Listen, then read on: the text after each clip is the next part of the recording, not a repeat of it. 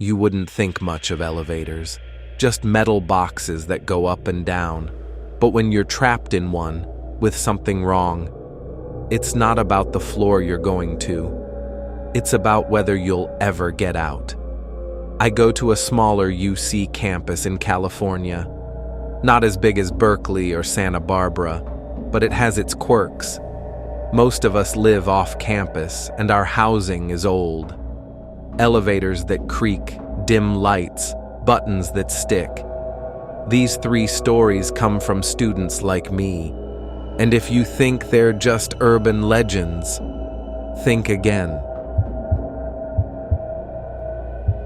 I lived in a crappy 5-floor student housing complex near Isla Vista.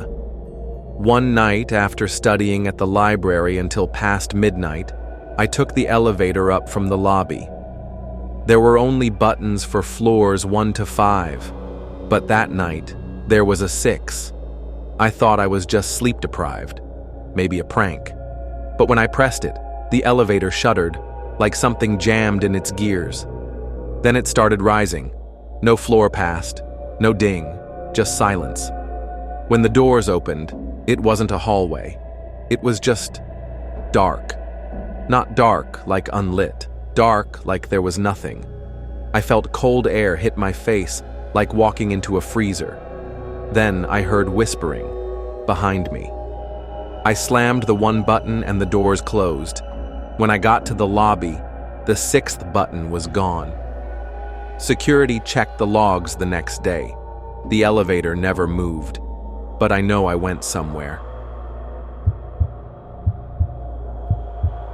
Our dorm has an elevator with a mirror inside, meant for safety. But everyone knows the story of the girl who died there in 2018. She had a seizure alone inside. The mirror cracked when her head hit it. Since then, people say they see her reflection, even when they're alone. I never believed in that stuff. But last Halloween, I rode it down to the basement. I was alone, but I looked up and saw a girl standing behind me. Long black hair, pale hoodie, no shoes. I spun around. Nothing. When I looked back in the mirror, she was closer. I pressed every button in panic. The doors wouldn't open. The lights flickered, and her reflection tilted her head like a curious child. Then she raised her hand and tapped the mirror from the inside. When the elevator finally opened, I sprinted out. My roommate swore I was gone for 10 minutes, but the CCTV showed the elevator never stopped once. And the worst part? That night, my mirror in our dorm room cracked, right in the center.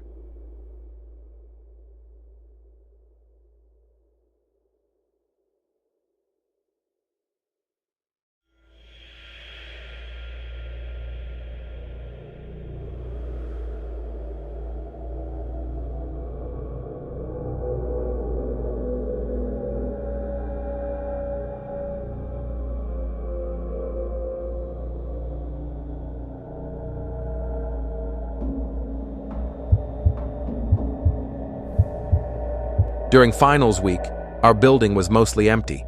I stayed late on the 6th floor working on a psych paper. Around 3 a.m., I got in the elevator. A man was already inside. He wore a janitor's uniform, but his ID badge was blank and he didn't press any buttons. I said, "Going down?"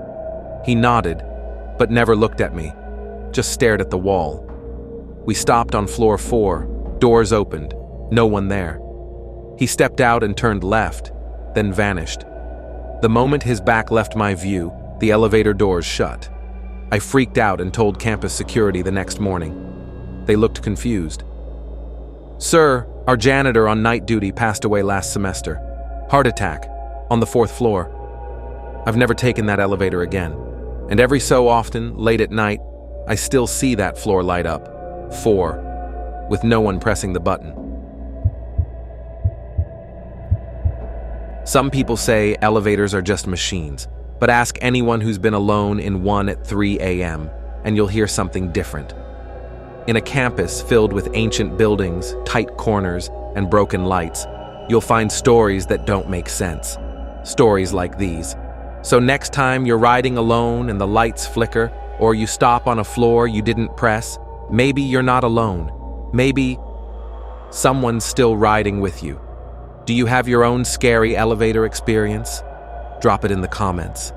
And remember, some floors were never meant to be reached.